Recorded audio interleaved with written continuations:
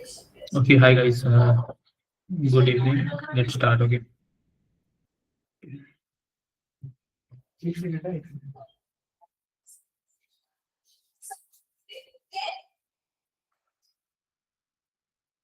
Okay. So today we will start with decision tree. Okay. So we will see theory part first and then implementation part. So let's begin. Please confirm, is my screen visible to you? Yes, sir. Yeah. Okay. Great. Okay. So decision tree जो है सबसे पहले तो वो क्या है, supervised learning algorithm. First of all अगर आपको क्वेश्चन आएगा व्हाट इज डिसीजन ट्री, सबसे पहले वो क्या है, सुपरवाइज्ड लर्निंग एल्गोरिथम। मतलब जो डेटा है वो लेबल डेटा है, उसमें टारगेट कॉलम है, उसमें डिपेंडेंट कॉलम है। ठीक है, इसका मतलब ये होता है। उसके बाद ये दोनों भी केसेस में काम आता है। दो केसेस मतलब कौन से दो केसेस? क्लासिफिकेशन के केस में भी काम आएगा, रिग्रेशन के केस में भी काम आएगा। कैसे? देखो अभी यहाँ पे मैंने रिग्रेशन, देखो डिसीजन ट्री इस तरह से दिखता है, इस तरह से, और ट्री की तरह कोई रूट है, ये ब्रांचेस है, इन्वर्टेड ट्री की तरह दिखता है। ये प्रेडिक्शन है। ओके, दीज आर प्रेडिक्शंस, ये वैल्यू जो प्रेडिक्ट हो रहे हैं। ठीक है, इनपुट है, ये आउटपुट है, कुछ वो बाद में बताता हूँ आपको। ये रिग्रेशन है, और ये देखो ये क्लासिफिकेशन है। तीन हमने आयरिश डेटा सेट लिया, उसमें तीन फ्लावर्स के स्पीशीज है, सेटोसा है, वर्जिनिका है और वर्सिकलर है। ओके, सो उसके बेसिस पे। ठीक है, तो क्लासिफिकेशन में भी काम आ रहा है और रिग्रेशन के भी काम आ रहा है, दोनों भी केसेस में काम आ रहा है।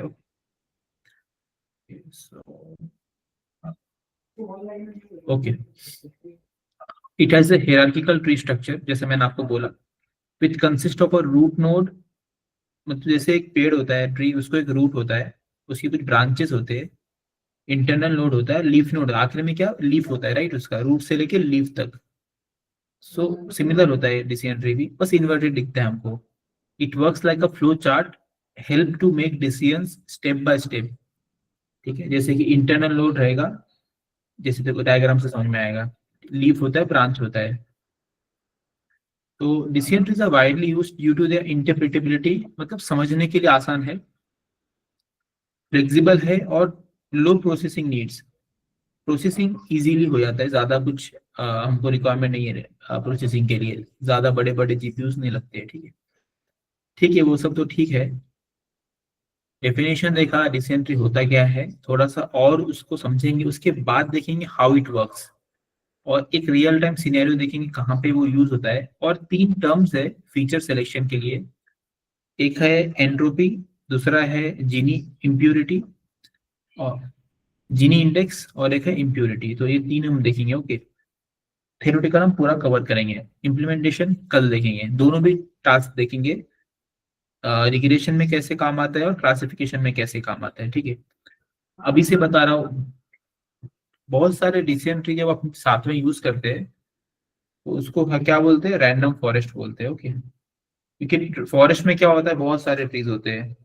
रैंडम क्यों यूज करते हैं वो भी बताऊंगा आपको तभी। ठीक, इसका एडवांस वर्जन है, इससे ज्यादा अच्छा उसका रिजल्ट आता है। बेसिक सिंपल डेटा सेट है, डिसीजन ट्री गुड है। लेकिन अगर आपके पास डेटा है थोड़ा कॉम्प्लेक्स है, ज्यादा डेटा सेट है, मिसिंग वैल्यूज इसमें, आउटलायर्स है, ज्यादा क्लीनिंग आपने नहीं किया है, तो random forest is robust to it.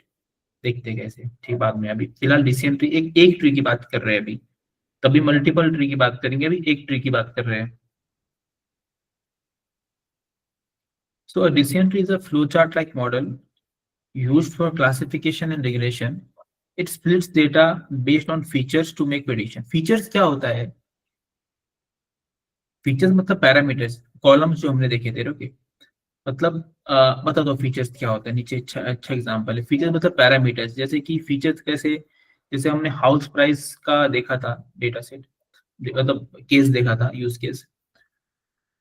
तो उसमें हमने क्या देखा था, जो घर का जो प्राइस है वो किन कौन से फैक्टर्स पे ज्यादा डिपेंड करता है। तो हाउस का location, square feet area, right, amenities कितने नजदीक है उसके, कितने बेडरूम्स, ये सब सारे फीचर्स हो गए। इन सब के ऊपर क्या डिपेंड करेगा, हाउस का प्रेडिक्शन। तो कौन से ऐसे फीचर को चूज करना चाहिए जिससे ज्यादा टारगेट कॉलम पे असर पड़ता है, वो इंपॉर्टेंट यहाँ पे वो हमको देखना होता है।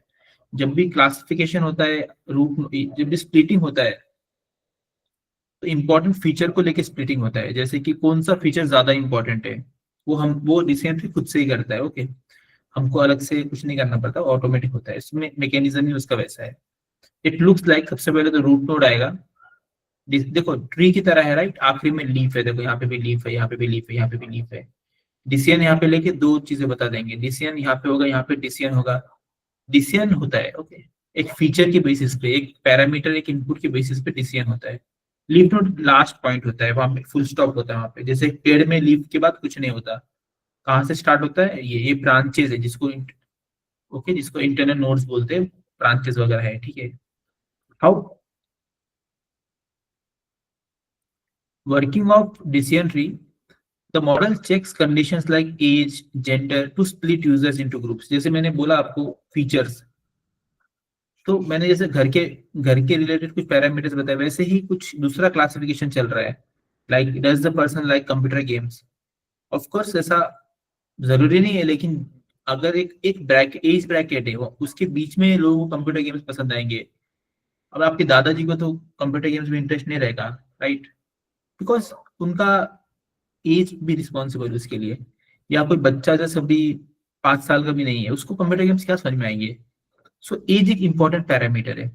दूसरा, don't take it seriously, but males ज्यादा गेम्स की तरफ देखोगे आप, थोड़ा सा कंप्यूटर गेम ज्यादा खेलते हैं एज कम्पेयर टू फीमेल।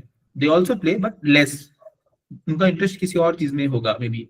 तो बायोलॉजी इज रिस्पॉन्सिबल। तो what I mean to say, age, gender, देखो ये फीचर्स इंपॉर्टेंट है डिसीजन को लेने के लिए। ओके, सो इस डिसीजन को लेने के लिए एज, जेंडर एक बड़ा फीचर होगा, जिसके बेसिस पे स्प्लिटिंग होगा, राइट। स्प्लिट इन इन चीजों के लिए पता कौन से पैरामीटर कैसे स्प्लिट करेंगे या कैसे फीचर सिलेक्शन करेंगे, इसके लिए एंट्रोपी, जीनी इंडेक्स, इंफॉर्मेशन गेन, ये सब हम देखते हैं। ओके, आगे है वो सब।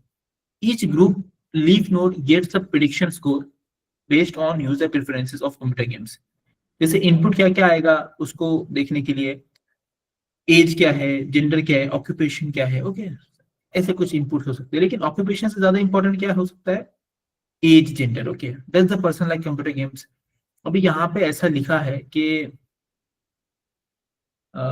एक मिनट है, if age is less than 15, एक मिनट है, तो ग्राफ सही क्या, if age is less than 15, so -1 बोला है। ओके, मतलब ओके ठीक है, ओके ठीक है। अगर 15 से नीचे एज है तो -1 पॉइंट दिया, मतलब नेगेटिव पॉइंट दिया है। If it is greater than 15, उसके बाद दूसरा सिलेक्शन क्या है, मेल है कि फीमेल है। अगर वो मेल है तो ज्यादा चांस है, फीमेल है तो कम चांस है। मतलब 15 से ऊपर एज होना चाहिए, इस तरह का कुछ उन्होंने बताया है। इट डिपेंड्स, ये पता है कि छोटा सा एग्जांपल है, डिपेंड्स, मेनी फैक्टर्स, बहुत सारे फैक्टर्स पे डिपेंड करता है। एक फॉर्मूला है, जैसे मैंने आपको बोला ना, स्प्लिटिंग क्राइटेरिया कैसे करेंगे, कैसे फीचर सेलेक्ट करेंगे, कैसे पता करें कि एज को फोकस करना चाहिए, जेंडर को फोकस करना चाहिए। जैसे हमने पहले एज को देखा, फिर जेंडर को देखा था, राइट। पहला जो स्प्लिटिंग क्राइटेरिया था एज था, उसके बाद क्या था, जेंडर था, राइट। तो कैसे पता करें कौन सा होना चाहिए, इंटरनली होता है, हमको कैलकुलेशन हाथ से या मैनुअली नहीं करना पड़ता है, वो ऑटोमेटिक होता है।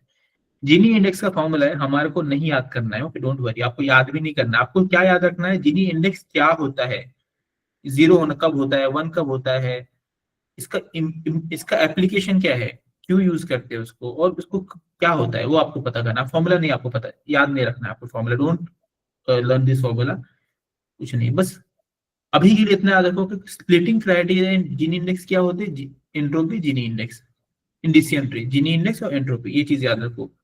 क्या वैल्यू है आगे मैंने सब लिख के रखा है with example. In decision splitting criteria help decide which feature to split on each node. The most two common criteria are Gini index and entropy. इसके बेसिस पे क्या होगा, स्प्लिटिंग होगा या फिर फीचर सिलेक्शन होता है। एप्लीकेशन से ये तो सिंपल सी चीज है, कहाँ कहाँ पे यूज होता है। A decision tree is a flow chart like model used for classification.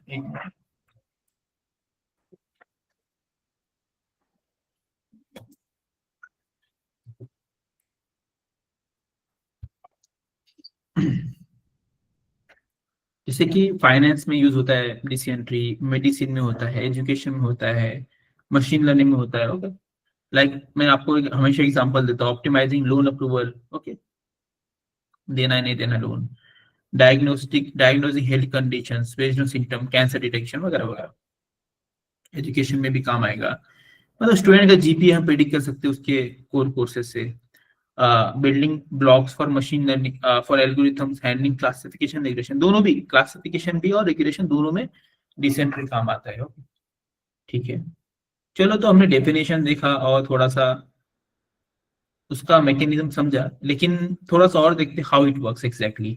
ठीक है, एक दो एग्जांपल और देखते हैं ताकि और क्लैरिटी मिले। Okay, so this are splitting criteria, income हो गया, एज हो गया, प्रीवियस परचेज, क्या है स्प्लिटिंग क्राइटेरिया हो गया, राइट। देखो ये रूट नोड हो गया, और जो बीच का है वो इंटरनल नोड है ना, बीच वाला जो है। और लास्ट वाला क्या रहेगा, लीफ नोड रहेगा। ओके, ब्रांचेज है। ओके, ये रूट है, लीफ है, ब्रांचेज है। How does a decision tree work? A decision tree splits the data set based on feature values to create pure subsets ideally. All items in a group belong to the same class. Each leaf node of the tree corresponds to a class label. And internal nodes are feature based on. Don't worry, मैं बताता हूँ क्या है। तो देखो, जो भी हमने ऊपर ये जो डायग्राम है उसको इधर नीचे एक्सप्लेन किया है, मैं आपको ऐसे ही बता देता हूँ, ठीक है, बाद में पढ़ेंगे अपन। देखो, predicting whether customer will buy a product, हमको प्रिडिक्ट क्या करना है, येस और नो में प्रिडिक्शन, ये क्लासिफिकेशन का केस है, राइट, क्योंकि वो हमको बस बताना है, येस और नो में बताना है, वैल्यू नहीं बतानी है कि कितना परसेंट चांस है, वो सब नहीं बताना है। सिर्फ बताना है कि ये बंदा खरीदेगा या नहीं खरीदेगा, ये कस्टमर, वो प्रिडिक्ट करना है। तो सबसे पहला क्राइटेरिया इसमें क्या लिया है, इनकम लिया है, कि अगर उस बंदे का इनकम, उस पर्टिकुलर पर्सन कस्टमर का इनकम 50,000 से ज्यादा है तो वो खरीदेगा। और हर कोई अपने प्रोडक्ट के हिसाब से सेट करेगा, राइट। तो बड़ी चीज होगी, मे बी कार वार कुछ होगा ये, तो बड़ी चीज होगी, कपड़े तो नहीं होंगे क्योंकि 50,000 इनकम, राइट, ये आपको ब्रांडेड हो सकता है, तो डिपेंड्स। अगर उसका इनकम 50,000 से कम है तो नो परचेज, खत्म, लीफ नोड है ये, नो परचेज, लीफ नोड खत्म। हाँ, ओके, वहां पे बात खत्म हो गई। राइट वाला, लेफ्ट वाला देखते हैं अभी।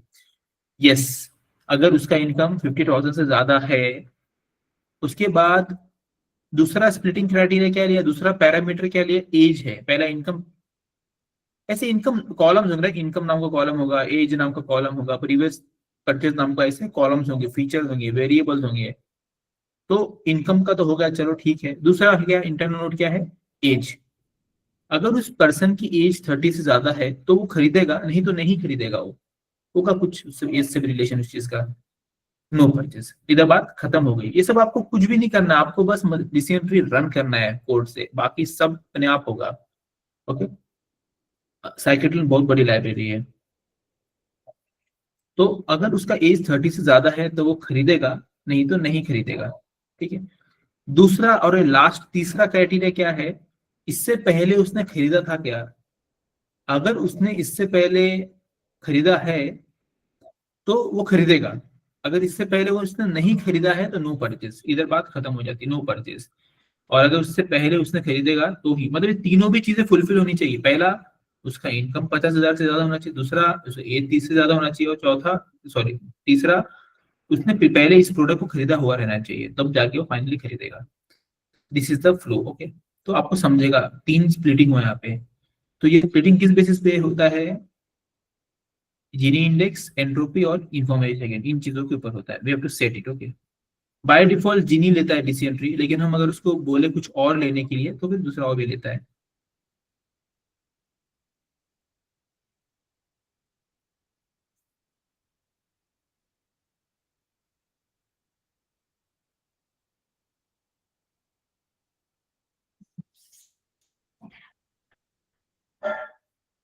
देखो यहाँ पे हमने इसमें से चूज करेंगे, मॉडल को बोलेंगे चूज करने के लिए कि एंट्रोपी लेना चाहिए या फिर जीनी लेना चाहिए, फिर वो जो बताएगा हम उसको लेके चलेंगे। इस मॉडल ने क्या बोला, हमारा एंट्रोपी लेके चलना है, जीनी नहीं लेना है। स्प्लिटिंग के लिए क्या लेना है हमको, एंट्रोपी लेना है, और ऐसे बता देता है आपको, ठीक है, क्या लेना है आप, फिर आप एंट्रोपी लेके चलोगे आगे क्लासिफिकेशन करने के लिए। ओके, ठीक है। तो वही रूट नोड क्या था, is person income greater than 50,000, ठीक है। लास्ट नोड मतलब लीफ नोड, जहाँ पे खत्म हो जाता है वो लीफ नोड, ये वही है, ठीक है। तो मैंने आपको बता दिया आसान भाषा में, ठीक है। ठीक है।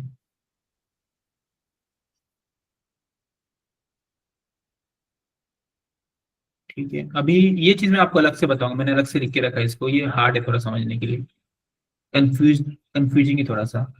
ये सब आपको नहीं करना है, ये सब आपका काम है भी नहीं, आपको करना भी नहीं है, ना कंपनी में करना है ना इंटरव्यू में करना है, आपको कुछ लेना देना नहीं है इससे। मैं कुछ और बता रहा हूँ यहाँ पे। हाँ ये रहा, एक और एग्जांपल है यहाँ पे, काफी क्लासिक एग्जांपल है, जो भी आप यूएस में पढ़ो, आप यूके में पढ़ो, आप मेरे से पढ़ो, आप कहीं से पढ़ो, या आप किसी भी यूट्यूबर से देखो, ये लोग एग्जांपल लेते हैं, ये वाला जनरली ये फेमस एग्जांपल है, लेते ही है वो, ऊपर वाला भी लेते हैं, ये भी लेते हैं, ठीक है। गीक्स तो गीक्स बहुत ही सोफिस्टिकेटेड प्लेटफॉर्म है पढ़ने के लिए, एक्यूरेट इसमें गलतियां नहीं है, इसलिए यूज करते हैं लोग। मैंने एक कैंपस एक्स का प्लेलिस्ट भेजा है, जिनको थोड़ा एक्सपर्टाइज चाहिए तो कर सकते हो, सेलेक्टिवली कर सकते हैं, नॉट पूरा, सेलेक्टिवली कर सकते हैं, जहाँ जहाँ आपको लगता है कि करना चाहिए। ज्यादा अगर आपको ज्यादा कुछ ऐसा नहीं, बस इंटरव्यू निकालना है, काम करना है, थोड़ा जीनिया की तरफ ज्यादा इंक्लिनेशन है, तो फिर मेरा लेक्चर करो और कृष्णा का थोड़ा सा कर लो, या मैं एक दो लिंक भेजता हूँ, दैट्स सफिशिएंट होगी, उससे ज्यादा जरूरत भी नहीं, पूछेंगे भी नहीं। सो ये वाला एग्जांपल लेते हैं, इसमें क्या है कि वेदर को देख के बताएंगे कि हाइकिंग करना चाहिए, स्विमिंग करना चाहिए, क्या करना चाहिए, इंडोर गेम प्ले करना चाहिए, ठीक है, वो उसके लिए है ये। Till now we have understand about the attributes and components of decision tree, थोड़ा थोड़ा समझा हमने, राइट, क्या क्या है नहीं है। Now let's jump to real life use case in which how recently works step by step. Start with the whole data set, पूरा का पूरा डेटा सेट हम लेके चलते हैं। यहाँ पे क्यों लिखा है मैं आपको बताऊंगा। Whole data set recently use करेंगे, रैंडम फॉरेस्ट में क्या होता है ना, डेटा सेट के सबसेट्स हम रैंडमली यूज करते हैं, इसलिए रैंडम वर्ड आता है वहाँ पे रैंडम फॉरेस्ट में। पूरा का पूरा डेटा सेट एक बार नहीं यूज करेंगे, हम बहुत सारे ट्रीज यूज करेंगे, हर ट्री को थोड़ा थोड़ा सबसेट देंगे डेटा सेट का, थोड़ा थोड़ा सबसेट हम लेंगे। यहाँ पे वैसा नहीं, यहाँ पे पूरा का पूरा डेटा सेट हम लेंगे, एक ही डिसीजन ट्री हमारा, इसलिए okay. So choose the best option, मतलब ठीक है, pick the best question to divide, मतलब ऐसा क्वेश्चन लो जिससे ज्यादा से ज्यादा आपको इजी हो समझना, बताऊंगा आपको आगे। जैसे व्हाट इज आउटलुक, आउटलुक मतलब कैसा है बाहर वेदर, रेनी है, क्लाउडी है, सनी है, कैसा है, ठीक है। उसके बाद split in the data into subset, से बस एग्जांपल है, डोंट टेक इट, ज्यादा टेंशन मत लो इस चीज का। स्प्लिट डेटा इनटू सबसेट्स, जैसे कि divide data set into groups based on questions, जैसे सनी एक सबसेट हो गया, राइट। दूसरा क्लाउड अलग, क्लाउडी अलग, एक सनी एक क्लाउडी, तीसरा रेनी, तीन सबसेट्स हो गए, ओके। आउटलुक से हमने वो किया है। फिर हमने यहाँ पे देखा है, उसके बाद अगर for each subset ask another another question, हर किसी को एक एक क्वेश्चन पूछना है, ताकि और रिफाइन हो सके वो चीज। For example if Sunny subset, अगर सनी है तो सनी के अंदर एक और क्वेश्चन पूछेंगे हम। पहले तो आउटलुक कैसा है, तो तीन कैटेगरीज आएंगे, सनी क्लाउडी रेनी। अब सनी के अंदर ह्यूमिडिटी कितना है, ज्यादा ह्यूमिडिटी है या नॉर्मल ह्यूमिडिटी, अगर बहुत ज्यादा ह्यूमिडिटी है तो स्विमिंग करना है अपने को, बात अपना डिसीजन हो गया फाइनल। अगर नॉर्मल ह्यूमिडिटी तो जो हाइक के लिए आ सकते हो, हाइकिंग करने जा सकते हो, ठीक है, okay. When a subset contains only one activity, stop splitting and assign it a label. Cloudy है तो आपको हाइकिंग ही करना है, हम उसके अंदर कोई वो नहीं करने वाले, हम स्प्लिटिंग आगे फर्दर स्प्लिटिंग नहीं करने वाले हम, ओके। क्लाउडी जैसे हमारा पहले क्या था, सनी क्लाउडी रेनी, रेनी है तो सिंपली सीधा सीधा आंसर है, घर में आराम करो, स्टे इनसाइड या इंडोर गेम्स प्ले करो। अगर क्लाउडी है सेकंड वाला, तो क्या करना है, हाइकिंग के लिए आना, हाइकिंग के लिए क्लाउडी वेदर बेस्ट होता है, आपको पता होगा। लेकिन अगर सनी है तो दो ऑप्शन खुल जाते हैं, कौन से दो ऑप्शन खुल जाते हैं, एक तो स्विमिंग के लिए जाना है, या फिर हाइकिंग के लिए आपको जाना है। लेकिन उसके लिए हमने एक और सबसेट डाला हुआ था जो बाकी दो में नहीं डाला था, Sunny plus high humidity swimming, Sunny plus normal humidity hiking, इस तरह से हमने डिसीजन लिया, ठीक है, इस तरह से हमने डिसीजन लिया। फॉर एग्जाम्पल अगर आउटलुक हमारा सनी है और ह्यूमिडिटी ज्यादा है, तो दोनों भी कंडीशन फुलफिल हो रहे, तो क्या करना पड़ेगा हमको, स्विमिंग के लिए जाना पड़ेगा, बस इतना सिंपल सा था, ठीक है। बहुत ही सिंपल था, दो ही लेयर थे उसमें। अभी मैं आपको वो एंट्रोपी वगैरह वो सब बताता हूँ क्या है वो, ठीक है। ठीक है, क्लासिफिकेशन रिग्रेशन टास्क दोनों भी करने के लिए आपको वो जो मैं पढ़ाया वो यहाँ ये लिंक से जाओगे आप उधर जो भी आपने देखा था अभी, ठीक है। So decision tree is a supervised algorithm used for both classification regression task. It models decision tree decisions as a tree like structure, पढ़ा आपने, like where internal nodes are there, represent attribute test branches जो भी है, ठीक है। लेकिन किस basis पे उसका स्प्लिटिंग होगा? इंफॉर्मेशन गेन के बेसिस पे, एंट्रोपी के बेसिस पे, जीनी इंडेक्स के बेसिस पे। अभी तीनों क्या है लेकिन, ओके बता दो पहले, डेफिनेशन बाद में थोड़ा सा एग्जांपल से बताएंगे। इंफॉर्मेशन गेन हमेशा ज्यादा होना चाहिए, मतलब कितना इंफॉर्मेशन वो पर्टिकुलर फीचर दे रहा है। जैसे कि हमने देखा था इनकम, वो प्रोडक्ट को खरीदने के लिए इनकम की बात चल रही थी बाद में, तो वो फीचर ज्यादा इंफॉर्मेशन हमको दे रहा है, राइट। उसके बाद उस बंदे ने पहले कभी अपनी चीज खरीदी है क्या, वो भी कितना ज्यादा इंफॉर्मेशन दे रहा है, मतलब उनका इंफॉर्मेशन गेन ज्यादा है उस चीज में। उसके अलावा क्या था? इनकम था, एक मिनट है, दो तीन चीजें थी वहां पे, इनकम थी और हाँ एज भी था, राइट। इनकम, एज और प्रीवियस परचेज, ये ठीक है। तो सिमिलरली यहाँ पे उनका इंफॉर्मेशन गेन ज्यादा होगा, जैसे कि information gain tells us how useful a question और a feature is. For splitting data into groups, it measures how much the uncertainty decreases after the split. मतलब कितना ज्यादा अनसर्टेनिटी कम होता है, कितना ज्यादा हम श्योर होते हैं उस चीज को लेके कि वो बंदा खरीदेगा या नहीं खरीदेगा। तो यहाँ पे क्या हुआ है कि हर स्प्लिटिंग के बाद हम ज्यादा ज्यादा श्योर होते चले गए। यहाँ पे हमने इनकम, यहाँ पे हमको पता चल गया कि हाँ बहुत ज्यादा चांस है कि वो खरीदेगा, एक बार उसका इनकम 50,000 से ज्यादा है। उसके बाद एज देखा, उसके बाद और श्योर हो गए हम कि वो खरीदेगा। इसके बाद तो हम पूरे श्योर हो गए वो खरीद ही लेगा वो पर्टिकुलर प्रोडक्ट। तो इससे हमारा अनसर्टेनिटी कम हो जाता है इंफॉर्मेशन गेन से। A good question will create clearer groups and the feature with the highest information gain is chosen to make the decision. Very simple, कुछ भी नहीं है इसमें hard. Example, if we split a data set of people into young and old based on age and all young people bought the product while all old people did not, the information will be high because मतलब ऐसी कोई चीज खरीदने की बात चल रही है जो बूढ़े लोग नहीं खरीदेंगे और यंग लोग खरीदेंगे। तो हम क्या रखेंगे स्प्लिटिंग क्राइटेरिया? एज रखेंगे, जिससे हमको क्लियर हो जाएगा कि हाँ, जैसे 50 साल 60 साल ऐसा कुछ रख देंगे, जिससे बहुत ही क्लियर हो जाएगा कि वो पर्टिकुलर प्रोडक्ट खरीदेगा या नहीं खरीदेगा। ओके, इसका एग्जाम्पल और है यहाँ पे है, उसके साथ लेता हूँ। एंट्रोपी मीन्स अनसर्टेनिटी और इम्प्यूरिटी इन डेटा, ठीक है। If the all data belongs to class one class only, entropy is zero, no confusion, right. Entropy zero मतलब नो कंफ्यूजन, क्योंकि दूसरा क्लास है ही नहीं, एक ही क्लास पे की बात चल रही है। एंट्रोपी जीरो मतलब बेस्ट है, ओके। सॉरी मैं आपको इन्फॉर्मेशन गेन बताना था, एंट्रोपी बता दिया आपको मैंने। Information gain tells us how much entropy impurity is reduced after the, मतलब कितना ज्यादा अनसर्टेनिटी कम हुआ है। अनसर्टेनिटी को क्या बोलते हैं? इम्प्योरिटी बोलते हैं, ओके। या एंट्रोपी को क्या बोलते हैं? इम्प्योरिटी, कम से कम होनी चाहिए वो। It tells the best feature to split the data, मतलब कौन सा बेस्ट फीचर रहेगा। जैसे कि ऐसा एज को हमने लिया, क्यों? उससे हमको इनकम को लिया हमने, ओके। तो ठीक है, ये फॉर्मूला वगैरह कोई घबराने की जरूरत है, पढ़ लेना। मैं ये नया वाला फाइल डाल दूंगा, ये थोड़ा नया अपडेटेड फाइल है, मैं चेंज कर दूंगा। इफ स्प्लिटिंग सेपरेट, मैं पूरा फोल्डर ही चेंज कर दूंगा, नया वाला डाल दूंगा। Wait a second, okay.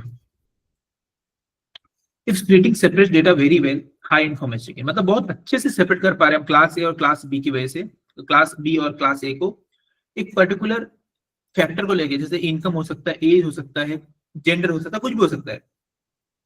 Splitting does not, मतलब लेकिन स्प्लिटिंग से कुछ खास हमको पता नहीं चल रहा है, कुछ बहुत अनसर्टेनिटी फिर भी है, फिर भी कंफ्यूजन बहुत ज्यादा है। तो लो इन्फॉर्मेशन के ऐसे फीचर को नहीं लेना चाहिए, ठीक है, okay. Before split high impurity Apple plus orange, after split one side mostly apples. मतलब एक चीज एक क्लास है तो आपका बहुत हाई इन्फॉर्मेशन गेन हो रहा है। अगर दो दो क्लास है एक एट अ टाइम प्रेजेंट, तो कंफ्यूजन हो रहा है, तो low information gain, okay. Information gain को रिलेटेड भी जितना समझ में आ गया, ठीक है, ज्यादा उसको बिना मतलब खराब करने की जरूरत नहीं, ठीक है। बेसिकली ऐसा फीचर चूज करना है जिससे ज्यादा हमको क्लियरिटी मिल रही है क्लासिफिकेशन के लिए आगे। ऐसा फीचर, एज, इनकम, जो भी है, ऐसी चीज जिससे हम, जैसे कि बनाना है कि ऑरेंज, सॉरी एप्पल, तो कलर यहाँ पे बहुत बड़ा पैरामीटर आ सकता है स्प्लिटिंग के लिए, कि अगर रेड है तो एप्पल, अगर येलो है तो बनाना। यहाँ पे हम बहुत सिंपली उसको कर सकते हैं। बाकी और भी हम देखेंगे कि स्वीट होना चाहिए, स्वीट बोल रहा हूँ, राउंड होना चाहिए। Banana is not round, right, apple is round, एक शेप। तो मतलब हम बाकी का देखेंगे, लेकिन ये इंपॉर्टेंट फीचर है कलर, जिससे बहुत क्लियरली हम कर पा रहे हैं। तो इन्फॉर्मेशन गेन बहुत ज्यादा है उस फीचर का, उस पैरामीटर का। ओके ठीक है, ये पूछते हैं इंटरव्यू में, इसलिए बता रहा हूँ। ठीक, एंट्रोपी क्या है? तो इम्प्यूरिटी मतलब रैंडमनेस है। इम्प्यूरिटी, एंट्रोपी जीरो मतलब बहुत अच्छी बात है। ठीक है, एंट्रोपी मतलब it is a measure of uncertainty, मतलब इम्प्यूरिटी बोलते हैं उसको, अनसर्टेनिटी और impurity of random variable. It characterises the impurity of an arbitrary collection of examples. The higher the entropy, more information content. ठीक है, एक मिनट। ओके, सो फॉर एग्जांपल बताता हूँ, आप इतना याद रखो, एंट्रोपी जो है वो जीरो इज बेस्ट। जितना कम इम्प्योरिटी उतनी ज्यादा, जितना कम एंट्रोपी उतनी कम इम्प्योरिटी, उतनी ज्यादा सर्टेनिटी। कम से कम होना चाहिए एंट्रोपी को, याद रखना है चीज। For example, if a data set has an equal number of yes and no, जैसे कि आपको कुछ डिसीजन लेना है और एक डेटा में 3 यस है 3 नो है, तो फिर एंट्रोपी तो 1 हो जाएगा। बहुत हाई एंट्रोपी रहेगा इसका, क्योंकि हम डिसीजन ही नहीं ले पा रहे ना। देखो, like 3 people who bought a product and 3 people who didn't, मतलब 3 लोगों ने प्रोडक्ट खरीदा, 3 लोगों ने नहीं खरीदा। अब पूरा कंफ्यूजन ही कंफ्यूजन हो गया यहाँ पे। The entropy is high because it's uncertain which outcome to predict. समझ में नहीं आ रहा है? ओके, समझ में नहीं आ रहा है कि कौन सा आउटकम प्रेडिक्ट करना है।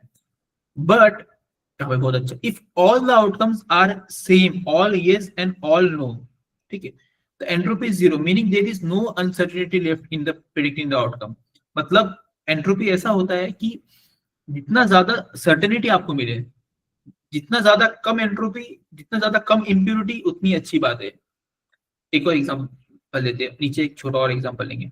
Building decision tree uses information gain the essentials start, ये नहीं, आगे वाला, ये वाला था।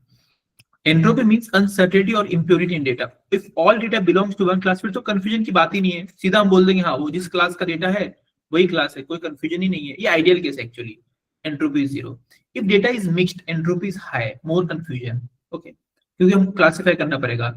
Entropy is measure of impurity, but means impurity is nothing but uncertainty of taking decision. अगर हमारे पास 10 फ्रूट्स है, उसमें से 5 एप्पल है और 5 ऑरेंज है, same number of both class, अभी हमारा बहुत कंफ्यूजन हो जाएगा यहाँ पे। सो ऐसे केस में हाई एंट्रोपी। अगर 10 में से 9 एप्पल है और एक ही ऑरेंज है, तो हमारा कंफ्यूजन कितना कम हो गया वहां पे। ऐसे केस में very low entropy, ideal cases very less impurity. Okay ठीक। जीनी इंडेक्स भी कम से कम होना चाहिए, it should be less. Gini index is a metric to measure how often randomly chosen element would be incorrectly identified. कितना random, random guess कितना कम होगा, कितना उतना अच्छा। ओके, रॉन्ग गेस, हमारा जो गेस है कितना रॉन्ग होगा, वो जीनी इंडेक्स होता है। जितना कम होगा उतना अच्छा। It means an attribute with a lower Gini index should be preferred. कभी भी जीरो वाला तो बेस्ट रहेगा, हमेशा याद होगा इन्फॉर्मेशन ज्यादा होना चाहिए, लेकिन एंट्रोपी और जीनी इंडेक्स बहुत ही कम होना चाहिए। साइकिटल सपोर्ट्स जीनी, देखो बाय डिफॉल्ट मैंने बोला आपको, scikit supports Gini criteria for, by default it takes Gini value. लेकिन हम अगर अलग से मेंशन किया हमने यहाँ पे, तो फिर वो करके देता है। लेकिन अगर हमने कुछ मेंशन ही नहीं किया, तो ऑटोमेटिक जीनी को चूज कर लेगा स्प्लिटिंग के लिए। For example, if you have a group of people where all product, all bought the products 100%, सबने वो प्रोडक्ट खरीद लिया, हर किसी ने खरीद लिया, जीनी इंडेक्स जीरो, मतलब कुछ कंफ्यूजन ही नहीं, हर किसी ने खरीद ही लिया, आप तुमको कुछ टेंशन ही नहीं कुछ भी पता करने की। It indicates perfect purity, but the group has an, अगर कोई ग्रुप है जिसमें आधे लोगों ने खरीदा आधे लोगों ने नहीं खरीदा, अब वहां पे कंफ्यूजन हो जाएगा, क्योंकि जीनी इंडेक्स उस केस में कितना हो जाएगा, 0.5 हो जाएगा, equal, which shows higher impurity और अनसर्टेनिटी। मैक्सिमम वैल्यू कितनी जीनी इंडेक्स की, 0.5, और मिनिमम क्या है, 0। 0.5 is worst and 0 is best. Okay, एक और एग्जांपल देखेंगे उसका। Gini index measures impurity but with a different formula. Simple meaning, Gini index क्या है, प्रोबेबिलिटी ऑफ इनकरेक्ट क्लासिफिकेशन, मतलब जीनी इंडेक्स जितना ज्यादा है उतना ज्यादा चांस है कि गलत क्लासिफिकेशन होने वाला है। सो अगर आपको परफेक्टली प्योर नोड चाहिए, परफेक्ट क्लासिफिकेशन चाहिए, तो जीरो इंडेक्स, जीनी इंडेक्स जीरो होना चाहिए। मिक्स क्लास है तो जीनी हाई होगा, 0.5 के आसपास। ओके, ये सिंपल फॉर्मूला है, ये उसका फॉर्मूला नहीं भी याद है कुछ, इट्स ओके, कुछ भी नहीं है इसके अंदर, कुछ नहीं है। 1 minus sum of square probabilities of each class, दोनों भी क्लास का प्रोबेबिलिटी, अगर 5 एप्पल है 10 में से और 5 ऑरेंज है 10 में से, तो दोनों का प्रोबेबिलिटी कितना 0.5 होगा। तो वही sum of square of each class, दोनों के प्रोबेबिलिटी का सम करना है स्क्वायर्स का। एप्पल का ले लिया, ऑरेंज का ले लिया, -1 से वन से माइनस किया, कुछ नहीं, ये 0.5 होगा, 1 minus 0.5 is 5, medium impurity.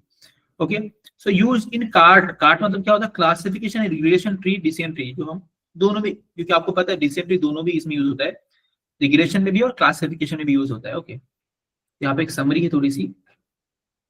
Entropy क्या है, तो अनसर्टेनिटी है। Okay, what is entropy, uncertainty. Information gain क्या है, रिडक्शन इन एंट्रोपी। ओके, जितना कम, मतलब मैथमेटिक्स में एक टर्म है inversely proportional. So information gain is inversely proportional to entropy. जितना ज्यादा इंफॉर्मेशन गेन उतना कम एंट्रोपी, उतना कम गलत आने का चांस। एंट्रोपी इज अनसर्टेनिटी और रॉन्ग डिसीजंस आना, और जीनी इंडेक्स क्या है, probability of wrong classification. Okay, very simple. Entropy और जीनी दोनों 0 होना चाहिए या 0 के आसपास होना चाहिए, और इंफॉर्मेशन गेन ज्यादा से ज्यादा होना चाहिए बेटर डिसीजंस के लिए, शुड बी मोर। ओके, ठीक है। आगे हमारा थ्योरेटिकल पार्ट था, एक रिग्रेशन है केस है, एक क्लासिफिकेशन के केस है, ये हम कल देखते हो कि I think that's sufficient for today. इतना sufficient, okay, for today it's sufficient. Okay, we will take the implementation part tomorrow. ठीक है, लेक्चर का रिकॉर्डिंग करो, एक दो बार देखो रिकॉर्डिंग, और मैं आपको एक और लिंक देता हूँ अच्छा सा देखने के लिए। ओके सर, ग्रुप पे सेंड कीजिए। Yes yes, sure sure. Hello sir.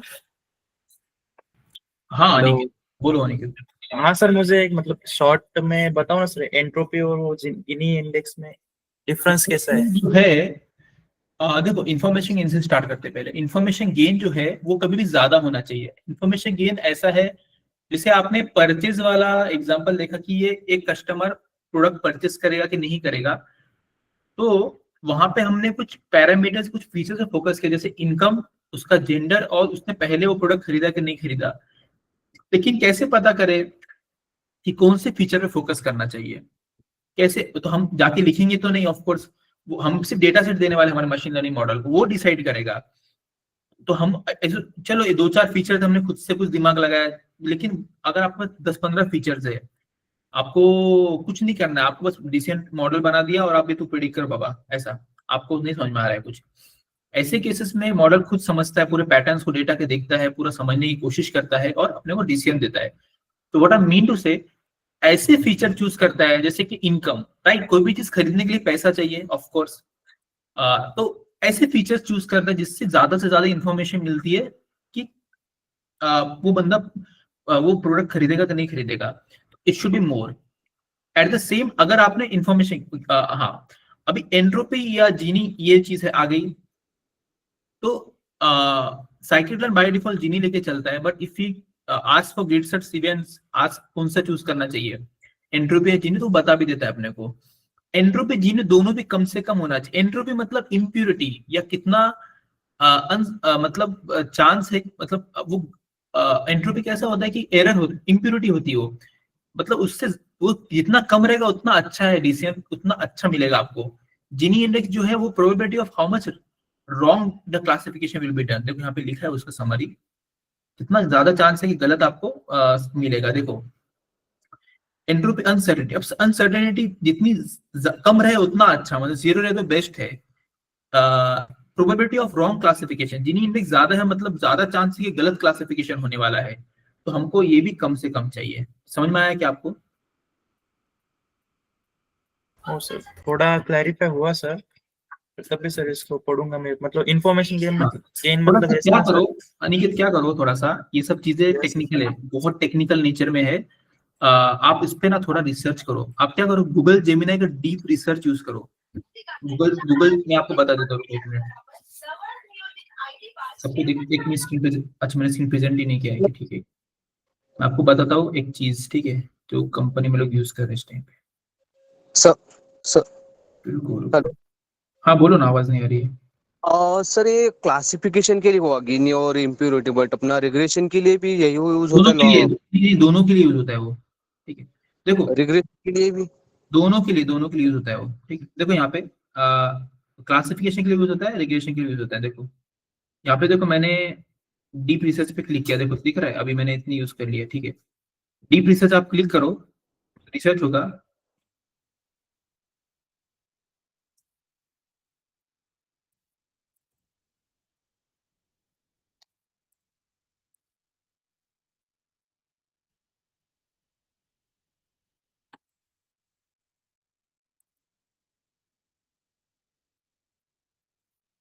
देखो थोड़ा सा रिसर्च करो, आपको खुद से थोड़ा रिसर्च करो और क्लैरिटी मिलेगी, ठीक है। मैंने आपको कंसेप्ट बता दिए है। एक मिनट,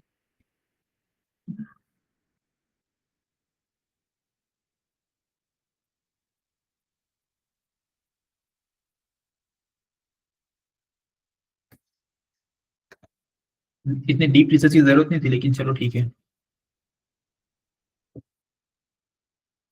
इसे रिसर्च स्टार्ट किया इसका, आपको बहुत डिटेल में देगा ये, अगर आपको बहुत डिटेल में चाहिए तो ये विल टेक सम टाइम।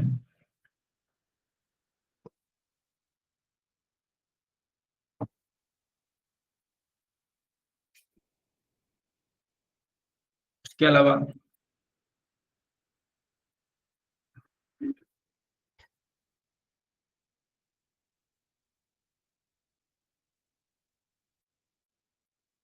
देखो यहाँ पे भी आप डीप रिसर्च को चूज करके कर सकते हो, ठीक है। सेम चीज, ये बहुत डिटेल में जा रहा है, वो सारे सोर्सेस को रिफर करेगा, देखो, और आपका आंसर देगा, ठीक है, जैसे इसने सोर्स रिफर किया। सो एक मिनट, क्योंकि मैं डीप रिसर्च नहीं यूज करता हूँ, बहुत टाइम लेता है, मैं आपको बेसिक बताता हूँ, ठीक है। देखो ठीक है, तो रीड दिस, थोड़ा सा रिसर्च करो, ज्यादा भी बहुत रिसर्च करने की जरूरत नहीं है, ठीक ठाक रिसर्च करो, इतना कि आपको समझ जाए क्या है एग्जैक्टली वो, ठीक है। तो ये फॉर्मूला वगैरह मत करो, मेरे तो आपको बिल्कुल सजेस्ट नहीं करूंगा। समझो कि वो है क्या एग्जैक्टली, बस दैट्स ऑल, कि 0.5 उसका मैक्सिमम वैल्यू है, 0 उसका मिनिमम वैल्यू है, एक, ओके। देखो ये आ गया होगा अब तक, ये डिफरिंग बहुत ज्यादा डीप रिसर्च में चला गया, इट टेक सम टाइम, कभी भी 5 मिनट लेता है, फिर नोटिफाई करता है हमको, ये भी लेता है काफी टाइम। आज इस पे ही रिसर्च कर रहा था मैं। देखो इसने एक वीडियो लेक्चर भी भेजा है कि आप इसको भी रिफर कर सकते हो।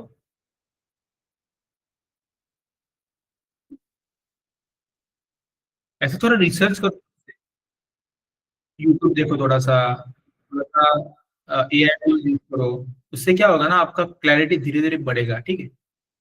ठीक है, ठीक है, आप करो, मैं इसको स्टॉप करता हूँ, ओके। ठीक है, ओके। सो आपको मैंने बता दिया how to dig deeper into any topic, ठीक है। ठीक है, it's only 0. Is it only considering 0, 1? नहीं नहीं नहीं, ऐसा नहीं है, 0, 1 नहीं होता है, बीच में भी वैल्यूज होते हैं उसके, 0, 1 के बीच में रेंज है उसका। जिनी इंडेक्स का तो 0 और 0.5 के बीच में ही रेंज है, 0 और 1 के बीच में कोई भी वैल्यू आता है, ठीक है। 0 मीन्स आइडियल केस है, ऐसा मतलब 0 to 1, right, yes yes. Gini index का लेकिन 0 से 0.5 तक है, okay. 0.5 maximum value Gini index का, और जिनी इंडेक्स का मिनिमम वैल्यू 0 है, ठीक है, ऐसा। तो आप रिफर करो उसको, ठीक है। तो मैंने वर्स्ट सिनेरियो मतलब बेस्ट सिनेरियो 0 है, वो एक्चुअली आइडियल केस ऐसा जनरली नहीं मिलता है। 0.1, 0.2, 0.3 ऐसा कुछ भी वैल्यू मिल जाए तो बहुत हो गया, 0.1, 0.15 समथिंग लाइक दैट, ठीक है।